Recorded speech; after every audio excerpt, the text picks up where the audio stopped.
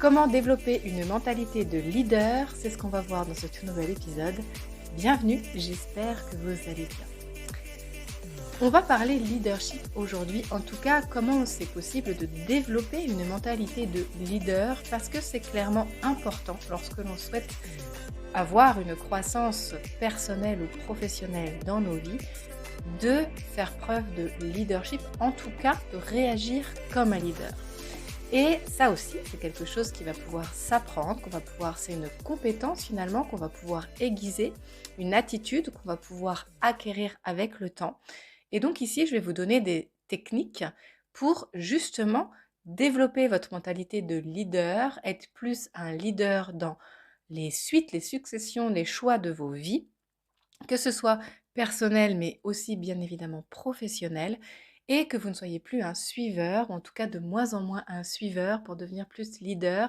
Qu'est-ce que ça veut dire? Où est la différence? Et comment fait-on? C'est ce que je vais aborder tout de suite. Donc, être un leader, ça veut dire quoi comparé à être un suiveur? Alors, je ne suis pas en train de dire que nous sommes des suiveurs ou que vous êtes un suiveur, mais simplement pour faire la différence entre les deux.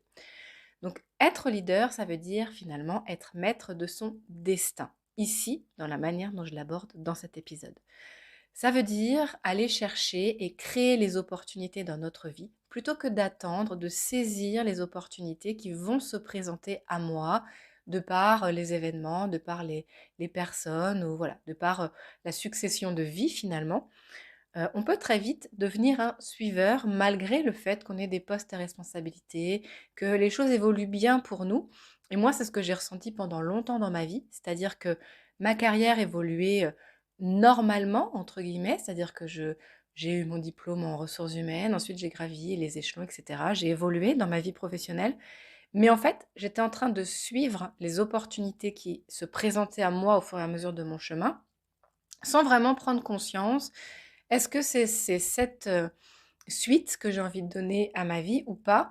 Est-ce que vraiment c'est ce que je veux? Finalement, j'ai pris du temps avant de conscientiser tout ça et de redevenir leader de ma vie, c'est-à-dire reprendre mon destin en main et finalement créer et aller chercher de nouvelles opportunités qui n'étaient pas celles qui se présentaient naturellement sur mon chemin.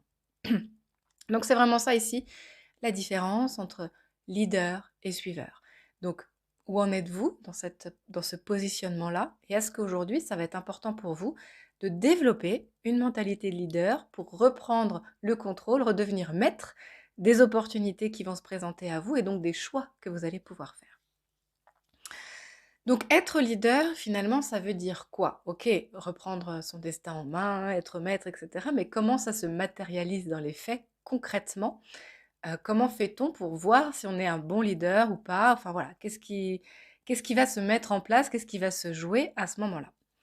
La première chose, c'est justement d'avoir une vision très claire. C'est ce qui va faire un bon leader, c'est la capacité à avoir une vision claire de ce que l'on veut, de là où on veut aller. Et c'est pas forcément évident d'avoir une vision claire. Si je vous pose la question aujourd'hui, peut-être que vous avez l'impression qu'elle est claire, mais quand on rentre dans les détails, finalement, c'est pas si clair que ça. Plus votre vision sera claire, donc que vous savez exactement ce que vous avez envie d'expérimenter dans la vie, plus ce sera facile d'aller créer des opportunités pour aller à la rencontre de cette vision. Donc, l'idée ici, c'est pas de dire de construire un plan de vie pour les 50 prochaines années, voilà ce que je veux avoir vécu à X âge, etc. Comme on peut le voir d'ailleurs dans des vision boards, etc. C'est pas ça l'idée ici.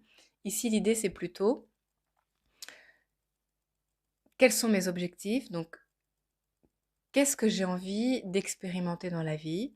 Où est-ce que j'ai envie de mettre mon énergie, mon focus?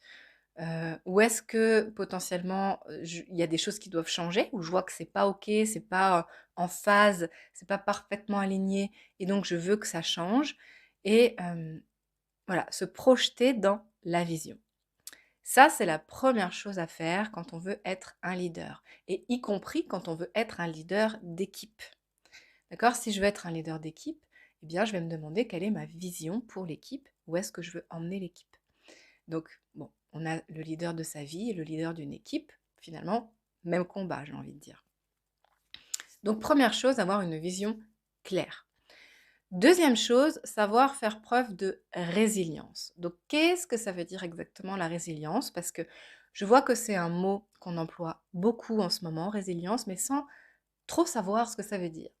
Donc la résilience, c'est quoi? C'est la capacité à rebondir après une difficulté.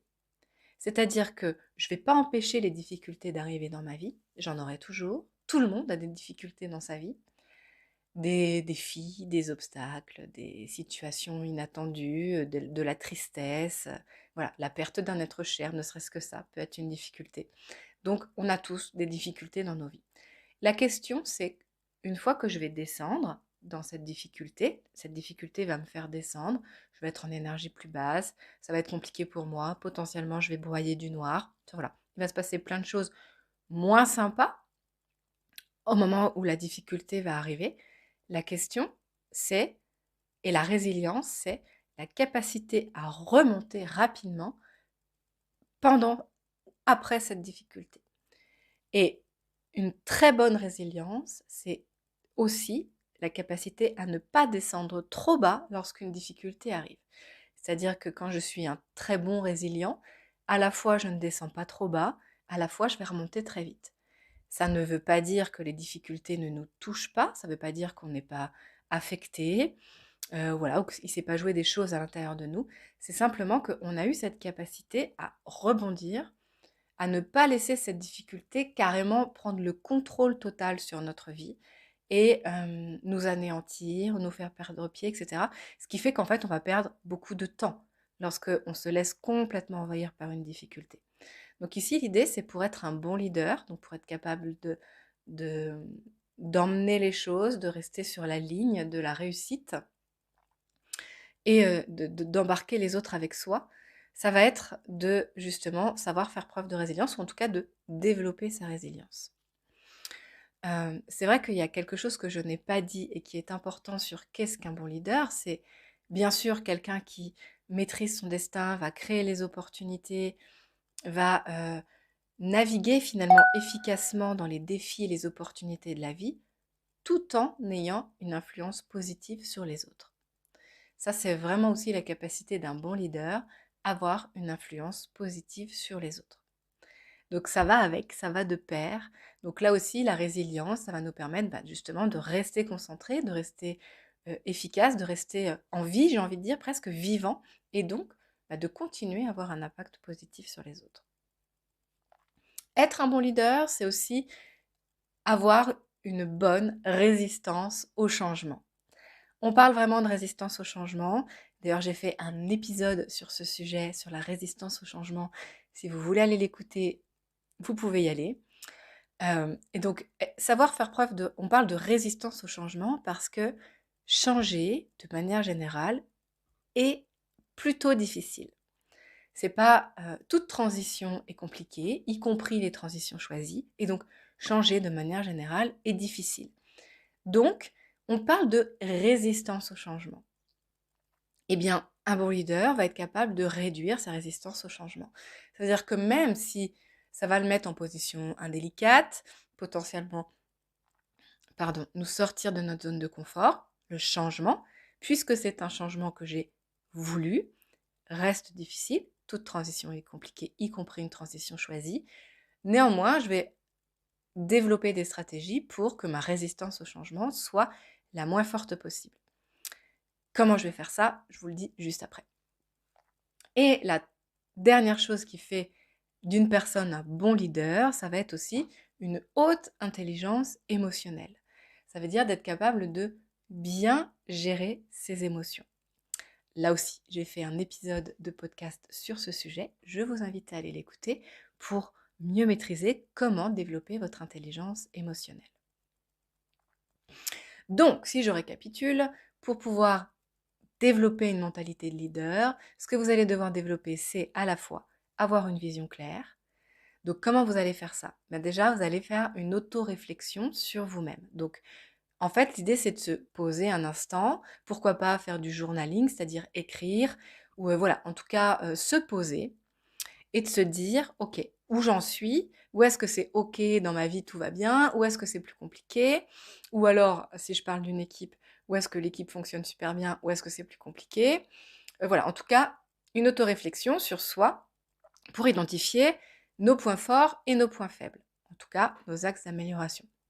Donc première chose, autoréflexion sur soi.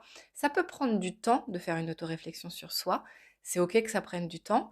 On n'a pas forcément toutes les réponses comme ça. Et comme je l'ai déjà dit aussi plusieurs fois, c'est pas des questions qu'on a l'habitude de se poser, tout ça. Donc ça demande aussi un petit effort intellectuel de réussir à se pencher sur soi-même, réfléchir sur soi, faire un bilan finalement de ses points forts, de ses points faibles, de là où on a envie d'aller, de nos objectifs, etc. Donc, autoréflexion sur soi, et donc qui implique de poser des objectifs clairs. Donc, comme je disais, avoir une vision claire veut dire aussi poser des objectifs clairs. Donc, qu'est-ce que je veux atteindre comme résultat? Être heureux, par exemple, n'est pas un objectif en soi. Être heureux, c'est simplement un sentiment qu'on a envie de ressentir dans notre vie pour se sentir apaisé, plus serein, voilà, plus épanoui. Finalement, si on demande à quelqu'un veux-tu être heureux ou malheureux, tout le monde dira je souhaite être heureux dans la vie. Même ceux qui en fait œuvrent à leur malheur. Mais bon, ça c'est un autre sujet, on pourra y revenir. Mais en tout cas, c'est pas un objectif en soi. Donc l'objectif, ça va être finalement qu'est-ce que je veux vivre, expérimenter. C'est vraiment ça. C'est pour ça que je parlais tout à l'heure de ça, parce que la vision c'est bien, mais qu'est-ce que je veux réussir à avoir accompli? Et c'est pas forcément une réalisation matérielle. C'est pas forcément avoir une grande maison, une belle voiture, voilà, je sais pas moi, tous les meubles dernier cri, etc. C'est pas ou les derniers vêtements à la mode. C'est pas forcément ça du tout. Ça peut être, je veux réussir à voyager régulièrement avec mes enfants et en famille. Je veux pouvoir passer des moments de qualité avec mes proches. Je veux finir mes journées en étant satisfait et fier de moi parce que j'aurai accompli la mission qui me nourrit. Je veux être capable de assumer mes charges de manière sereine. Ça peut aussi être ça l'objectif. Je veux partir à l'étranger tous les mois, tous les 2 mois. Voilà. Quels sont vos objectifs finalement? Assez clairs. Ensuite, comment faire aussi pour développer ses capacités de leader? Eh bien, ça va être de développer une communication efficace. Donc, savoir comment communiquer auprès des autres. Parce que, bah justement, on va pouvoir mieux créer les opportunités qui vont nous permettre d'atteindre nos objectifs, parce que rien ne se fait sans les autres.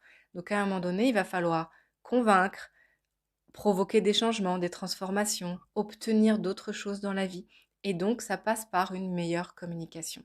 Souvent, quand on n'a pas exactement ce qu'on veut dans la vie, c'est aussi parce qu'on a du mal à communiquer, à exprimer ce qu'on veut vraiment ou ce qu'on ne veut plus, à se positionner, à faire preuve de leadership dans sa communication.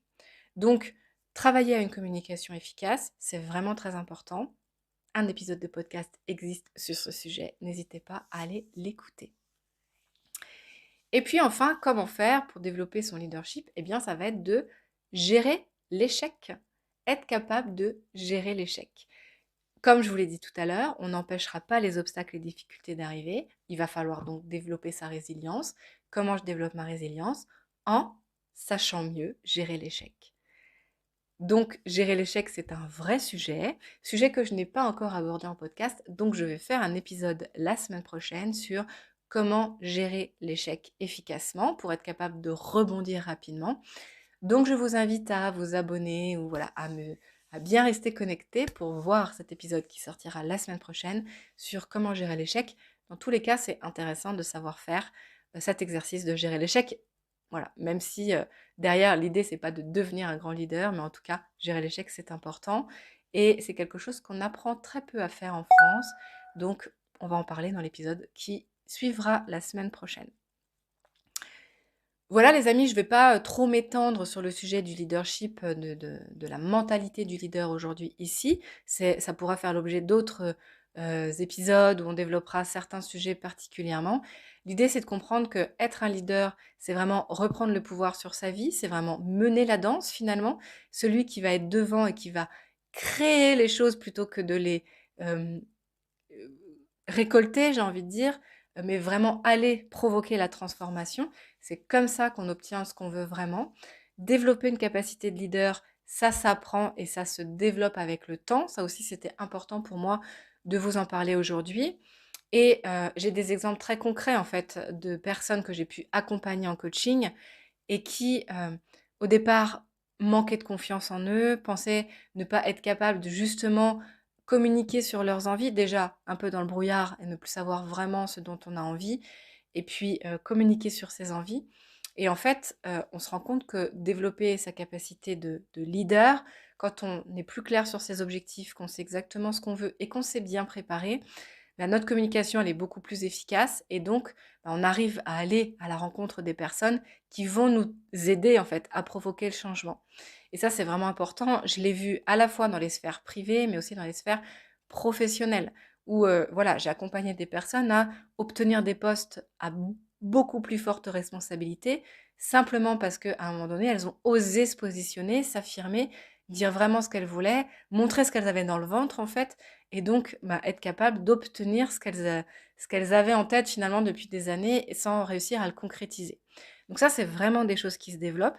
Si vous sentez que voilà, un épisode de podcast ou différent, comme là je vous ai dit, j'ai distillé un peu tout ça au fur et à mesure de mes épisodes, est insuffisant pour vous et que vous souhaitez vraiment développer cette capacité de leader, bien sûr, on peut aussi travailler ensemble, notamment en accompagnement, en coaching, pour travailler sur votre cas précis et particulier et vous permettre de développer votre propre leadership en fait. Où est-ce que ça se passe? Qu'est-ce que vous voulez vraiment? Vous permettre aussi de clarifier plus facilement vos objectifs et votre vision.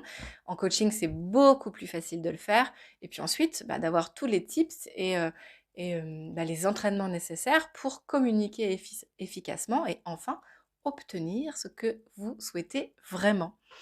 Voilà, si le cœur vous en dit, n'hésitez pas, je vous remettrai peut-être le lien d'ailleurs pour euh, pouvoir prendre un rendez-vous si c'est quelque chose qui vous intéresse. En attendant, je vous souhaite une très belle fin de journée. J'espère que cet épisode vous aura plu et aura mis de l'eau à votre moulin. Si c'est le cas d'ailleurs, n'hésitez pas à le partager parce qu'il peut aider beaucoup de personnes. N'hésitez pas aussi à le liker, mettre 5 étoiles, enfin voilà, exprimer votre satisfaction. Ça me fait beaucoup, beaucoup de bien de savoir que ces épisodes vous plaisent et puis ça aide aussi beaucoup mon podcast à se développer et je vous en suis d'avance très reconnaissante pour ça. Je vous souhaite une belle fin de journée, je vous dis à très vite pour un nouvel épisode. Prenez soin de vous. Ciao ciao.